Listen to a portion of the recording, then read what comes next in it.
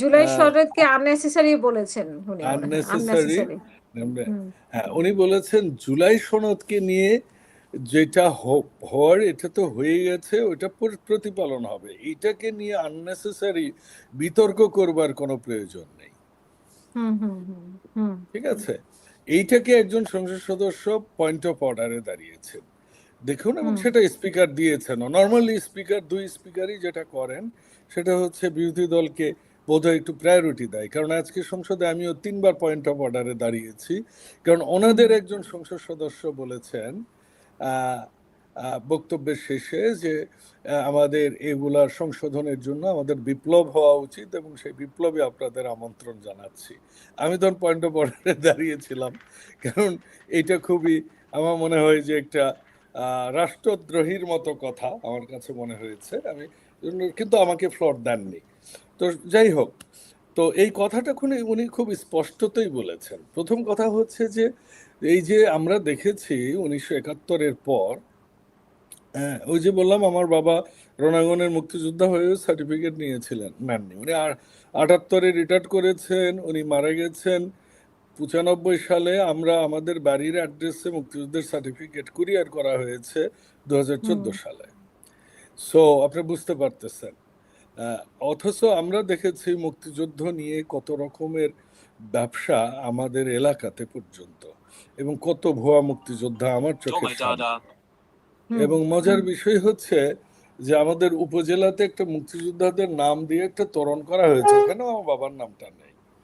কিন্তু আমার বাবা কিন্তু আওয়ামী লীগ মানে গেজেটে আছে যেহেতু, এখানে বাদ দেওয়ার কোনো অপশন কেউ খুঁজে পাননি। ওই সময়ের আওয়ামী হুম লীগের নেতারা এটাকে বাদ দেওয়ার বহু রকমের চেষ্টা তদবির, চিঠি চালাচালি, কিন্তু কোনোটাই কোনো কাজে দেয়নি।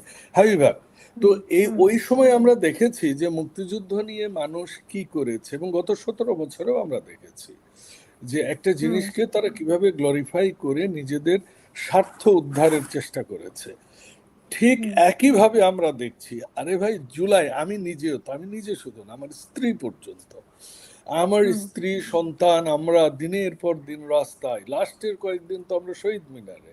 এবং আমার মনে হুম আছে 3 তারিখে আমরা যখন যাই, আমার বিল্ডিং এর সব মুরব্বীরা নিচে বসে বসে, যায় না মারা যাবেন, কিন্তু আমরা সেই টুথপেস্ট কিনে কিনে, আমি আর আমার ওয়াইফ, পানি টুথপেস্ট ঘাড়ে করে নিয়ে নিয়ে যেদিন মুগ্ধ মারা যায় ওই জায়গাতেই আমরা বিতরণ করেছি, কিন্তু কোনোদিনও এগুলো আমরা গ্লোরিফাই করতে অভ্যস্ত নয়।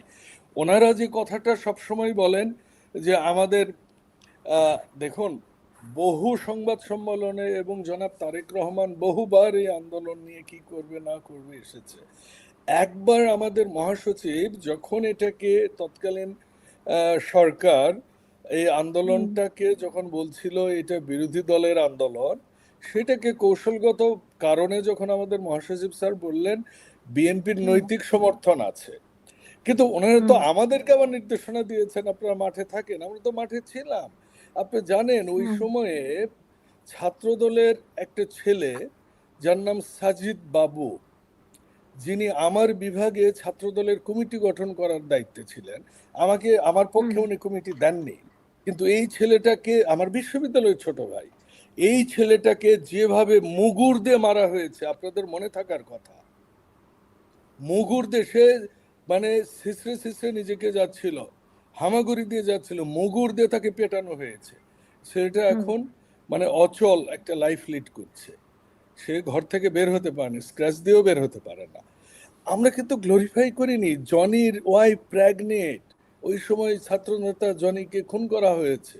এগুলো তো ইতিহাস হাজার বললে এটা আরব্য রজনীর কাহিনী হবে, কিন্তু বিএনপি হুম সব সময় এটাকে বলে কি যে এটা হচ্ছে ছাত্র জনতা, আপামর জনগণের এটা আন্দোলন। হ্যাঁ, আন্দোলনের সম্মুখ ভাগে কে কে ছিল তাদেরকে অস্বীকার করি না, তো কোনোদিনও করিনি। কোনোদিনও হুম আমরা বৈষম্য বিরোধী ছাত্র নেতাদের বিপক্ষে আমরা কোনোদিনও কথা বলিনি। আমরা কোনোদিনও বলিনি যে ওই টিএসসির বন্যার্তদের টাকা কোথায় গিয়েছে হিসাব দেন, কোনোদিনও আমরা বলিনি। কোনোদিনও আমরা বলিনি যে কম্বল নেওয়ার জন্য হেলিকপ্টারে কত টাকা লেগেছে। কোনোদিনও বলিনি যে কত শত শত গাড়ি নিয়ে আপনারা ঢাকা শহরে চলাফেরা করেছেন, কোথা থেকে এসেছে ফান্ড। আমরা কোনোদিনও বলিনি, দেখুন আজকে তো শুনতে পাচ্ছেন আপনারা যে কে কোথা থেকে হুম কিভাবে টাকা নিয়েছে। ডিসিএসপি প্রত্যেকটা মন্ত্রণালয়ে ছাত্র প্রতিনিধি বসায় দেওয়া হয়েছিল, হয়েছিল না, কেউ তো অস্বীকার তো আমরা তো এগুলো কোনোদিন বলতে যাইনি। আমরা একটা বিপ্লবের পর একটা দেশে অনেক কিছু হতে পারে।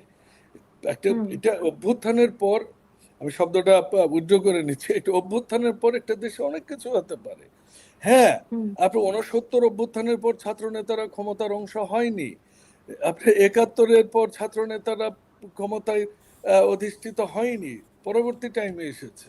আপনার 90-এর গণ আন্দোলনের ছাত্র নেতারা ক্ষমতার ভাগ নেয়নি, এই সময় নিয়েছে, কিন্তু আমরা তো প্রশ্ন তুলিনি।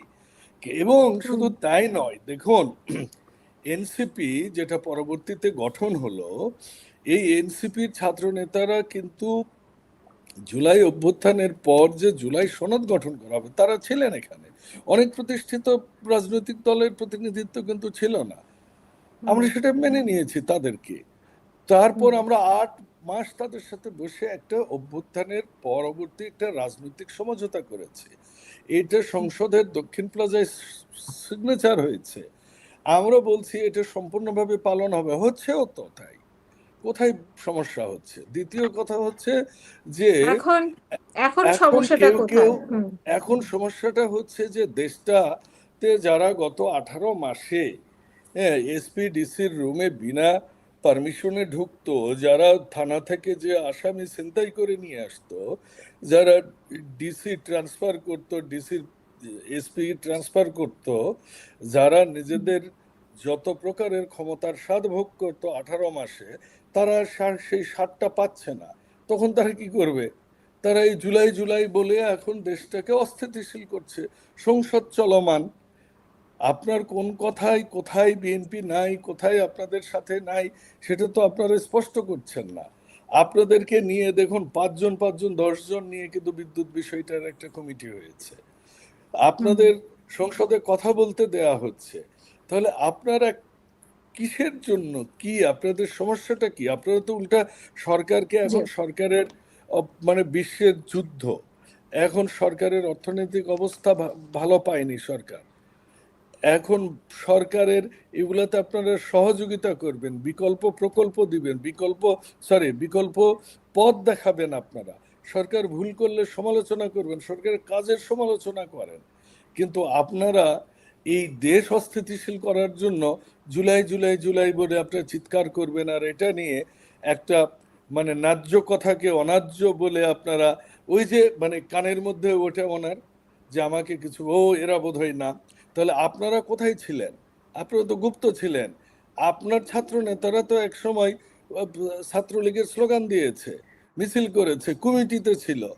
এখন এসে আপনারা যত পানি ঘোলা করবেন, আমার মনে হয় ততটাই তারা এই দেশকে অস্থিতিশীল করে তুলবে এবং অন্যরা, তৃতীয় পক্ষ, এটা সুবিধা নেবে। আপনার লাস্টের যে কথাটা, প্রশ্নটা, সেটা হচ্ছে গণভোট। দেখুন, একটা গণভোট হয়েছে, একটা আদেশ হয়েছে, রাইট? একটা আদেশ হওয়ার পর গণভোট হয়েছে। এই গণভোটটার উদ্দেশ্য কি ছিল? যে জুলাই সনদটা যেন একটা যেহেতু এটা জনগণের একটা ম্যান্ডেট, জুলাই সনদ যেন পাই। তো জনগণ ভোট দিয়েছে। জনগণ কত পার্সেন্ট ভোট দিয়েছে? 71%-এর মধ্যে ভোট বিএনপির কত? 51%। তো বিএনপি তো জুলাই জুলাই জুলাই বলতেছে না, আপনি বিএনপি জুলাই নিয়ে কাজ করতে চাচ্ছে, আর আপনারা জুলাই জুলাই বিক্রি করা শুরু করেছেন সেই ফ্যাসিস্ট আওয়ামী লীগদের মতো। কাজে আমাদের তো ভোট হয়েছে, জুলাইয়ের জন্য যে গণভোট হয়েছে, ওই সময় সরকার যে আদেশ দিয়েছেন, বৈধ অবৈধ সেটা যেটাই হোক, আদেশ দিয়েছেন একটা, সে আদেশের অধীনে ভোট হয়েছে, আমরা ভোট দিয়েছি, বিএনপি 51% ভোট দিয়েছে। এখন এই ভোটটার মানে হচ্ছে যে রাজনৈতিক সমঝোতা ছিল জুলাই সনদ, এটাকে বাস্তবায়ন করো, আমরা জুলাই সনদ বাস্তবায়ন করব। এখন আবার কেন এই আদেশটাকে আপনি আইনে পরিণত করবেন? আবার কি একটা গণভোট এক্ষুনি দরকার নাকি আপনার? এই এই আদেশ হয়েছে, আদেশের পর গণভোট হয়েছে, গণভোটের ম্যান্ডেট আমরা পেয়েছি, গণভোটের ম্যান্ডেট নিয়ে আমরা জুলাই সনদ বাস্তবায়ন করব। এরপর আবার কেন এটাকে আইনে পরিণত করতে হবে একটা বেআইনি জিনিসকে? কোন ধারায়?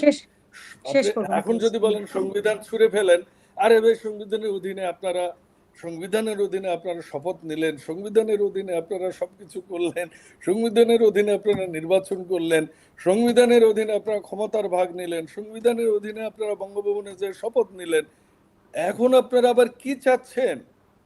কাকে আমন্ত্রণ জানাতে চাচ্ছেন? 96 যাদের সাথে ছিলেন তাদেরকে, 86 যাদের সাথে ছিলেন তাদেরকে, না 88 যাদের সাথে ছিলেন তাদেরকে, নাকি 47 যেটা আপনারা চাননি সেটা চেয়েছেন ওটা এখন করতে চান?